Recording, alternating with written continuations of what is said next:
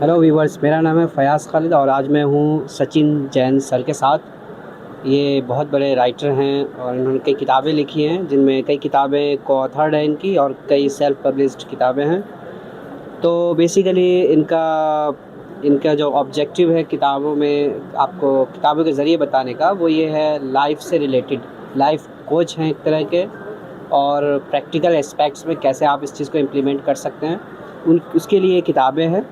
तो चलिए हम कुछ बेसिक चीज़ें जानते हैं किताबों के बारे में, प्लस वो क्या सोचते हैं और किस तरह से आपको हेल्प पहुंचा रहे हैं इन किताबों के ज़रिए, क्या कंट्रीब्यूशंस रहा है इनका, जानेंगे सचिन सर से। Thank you for giving me this opportunity. Hello viewers.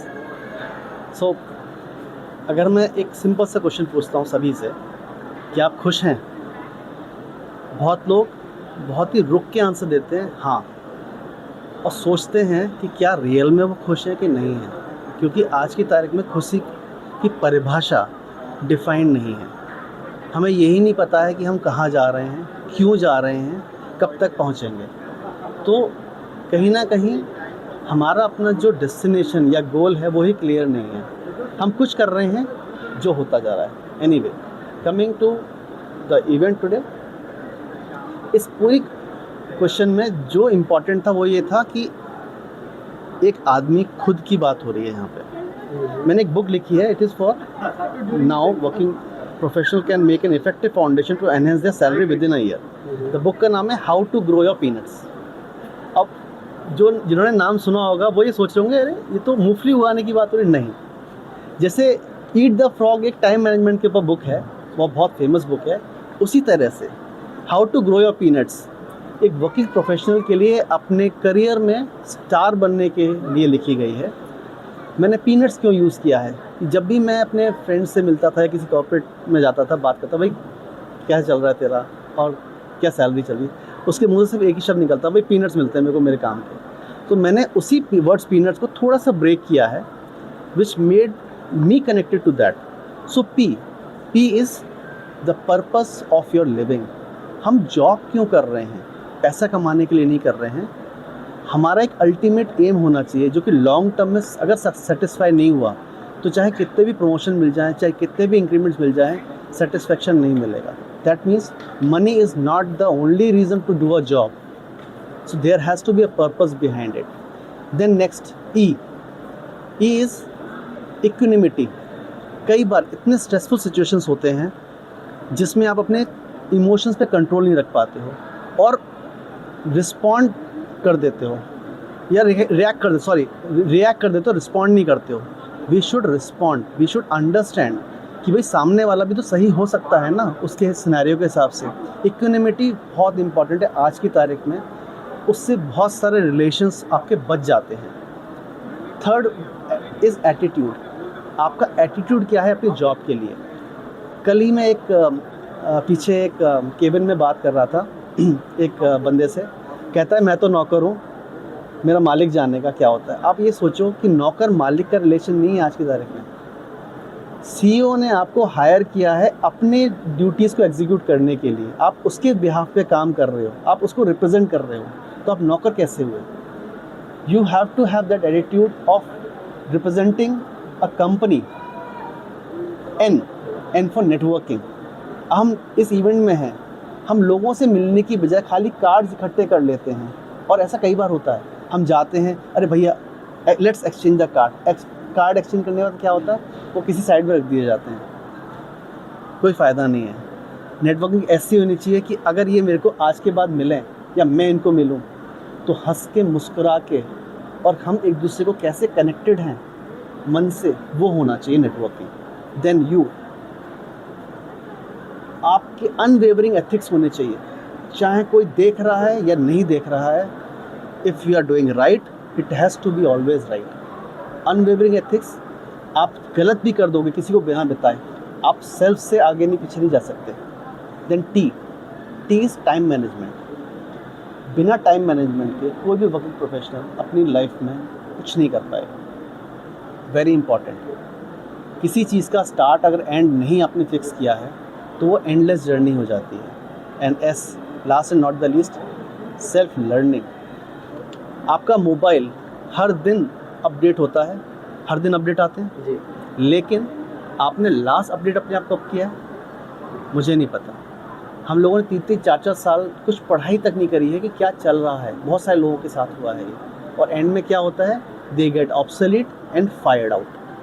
Firing कुछ और भी रीज़न की वजह से हो सकती है, लेकिन अगर आप ऑब्सोलीट हो गए कंपनी के लिए, then you are no more, not required. जो मैंने एक चीज़ कवर करी थी, time management. So I have written a book again, it is don't be overwhelmed managing your time.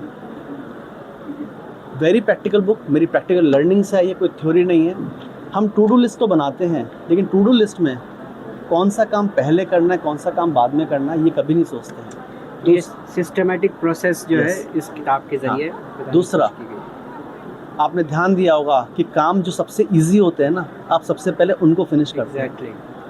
और जो सबसे काम प्रॉब्लम वाले होते हैं, जिसमें आपको लर्न करना पड़ेगा, कुछ सीखना पड़ेगा, कुछ डिफ़िकल्टीज आएंगी, वो आज 6 महीने से लेके 1 साल तक आपके अभी भी पोस्टपोन हो रहे होंगे। जनरल ह्यूमन नेचर है। यस, एटलीस्ट आपको ये बुक आपको गाइड करेगी कि आप अपनी priorities wise, high priority, medium priority, low priority पे आप अपने आइटम्स को लिखें और टिक करें, काटें। एटलीस्ट ये आपको रीड रिकॉर्डर है। लोग कहते हैं मैंने याद कर लिया है, याद करना इज़ नॉट राइटिंग। यू और टेंड टू फॉरगेट। बहुत सारी चीज़ें आप भूल जाते हो। आप 100 चीज़ याद रखोगे, 50 चीज़ें भूल जाओगे। 100% it is happening. And this is why how to prioritize it. It is based on importance and urgency. अगर वो चीज़ आपकी लाइफ के लिए इम्पॉर्टेंट है और अर्जेंट है, it is a high priority. So we have to prioritize that list. कई बार ये सुनने के बाद में हो सकता है आपको लगे कि बहुत हाई फाई फंडा है। ऐसा नहीं है। 20 साल लगाए हैं कॉर्पोरेट जॉब को करते करते। I have seen, I have grown this. कहते हैं ना कि सफ़ेद बाल ऐसे ही नहीं हुए हैं।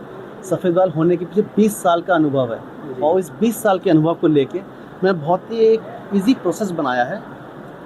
जी, this is the success mastery blueprint. कहते हैं भाई ये नहीं समझ में आया, ये समझ में नहीं आया, इम्पॉर्टेंट ये है कि समझ में क्या आया। तो ईजीएस्ट वे में समझाता हूँ कि सबसे पहले किसी प्रॉब्लम को करने से पहले, ये तो खैर सिस्टमेटिक प्रोसेस है, 4 दिन का प्रोग्राम है, 6 दिन का प्रोग्राम है, इसको जितने चाहे उतना कर सकते हो, लेकिन सिर्फ लास्ट के 3 शब्द बोलूँगा। सबसे पहले अगर आप फंसे हुए कहीं पे ना, तो ये देखो कि आप हु यू आर, आपके अंदर क्या चीज़ है, क्या स्ट्रेंथ है, क्या वीकनेस है जो कि आप वहाँ पर हो। दूसरा, क्या चीज़ है जो आपको रोक रहा है उसको करने में, उसको अचीव करने में, रोड ब्लॉक्स। लेकिन लोग करते क्या हैं, जैसी प्रॉब्लम फेस करी सबसे पहले सॉल्यूशन पे पहुँच जाते, बिना ये समझे कि मेरे साथ क्यों हुआ, मेरे को क्या चीज़ रोक रही है।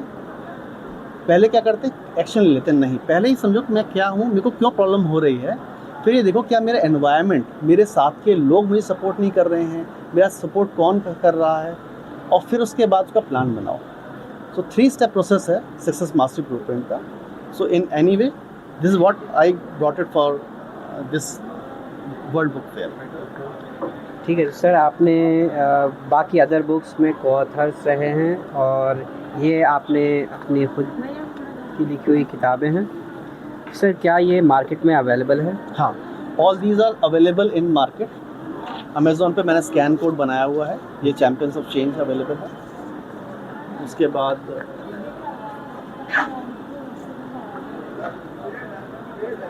ये सक्सेस मास्टरी ब्लूप्रिंट का डेकेड प्लानर अवेलेबल है अमेज़ॉन पे। ये सब बुक्स अमेज़न पे अवेलेबल है। मैनेजिंग योर प्लान्स अवेलेबल है अमेज़ॉन पे। आप स्कैन करके डायरेक्ट लिंक के ज़रिए जा सकते हैं।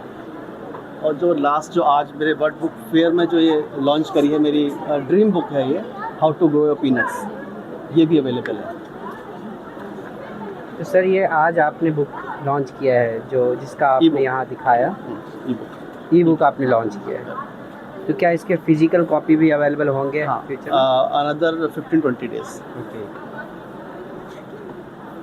ठीक है। तो आप व्यूवर्स से और क्या बताना चाहते हैं इस बुक के ज़रिए?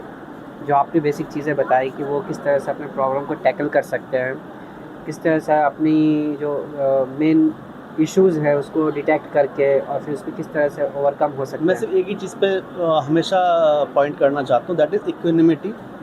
सामने वाले को समझो कि सामने वाला भी डिफरेंट हो सकता है, उसकी बात को सुनने में दिक्कत नहीं है, एग्री करने में दिक्कत है। आप एग्री मत करो, हैव डिफरेंस ऑफ ओपिनियन।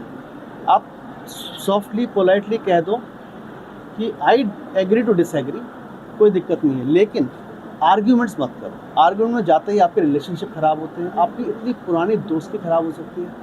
ये खाली दोस्तों के विषय में, आपकी फैमिली के अंदर, आपकी वाइफ के साथ में, मदर के साथ में, फादर के साथ में, हर किसी के साथ में सिर्फ एक ही टॉपिक पे आपके आर्गुमेंट इतने बढ़ जाते हैं कि रिलेशनशिप टूटने तक की तगार पे है। ये इन्होंने बहुत ही गोल्डन वर्ड्स बताए हैं, गोल्डन बातें बताई हैं अभी जो आपने बताए कि आर्गूमेंट मत करो, बल्कि उनको सुन लो, समझ लो।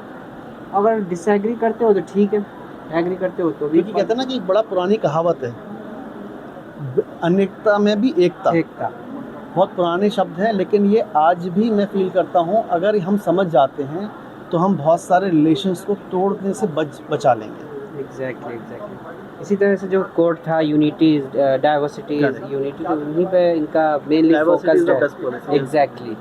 तो और कुछ आप बताना चाहते हैं तो थैंक यू सो मच, आपने अपना कीमती समय दिया और हमें इस बुक को लॉन्च करके लोगों को इससे बहुत फ़ायदे हासिल होने वाले हैं बेशक। और ये बुक्स अवेलेबल भी हैं अब ऑनलाइन, और फिजिकल कॉपीज अवेलेबल है, फिजिकल कॉपी अवेलेबल है, सिर्फ इसकी बुक अवेलेबल है, ये सब फिजिकल अवेलेबल है। Thank you so much sir.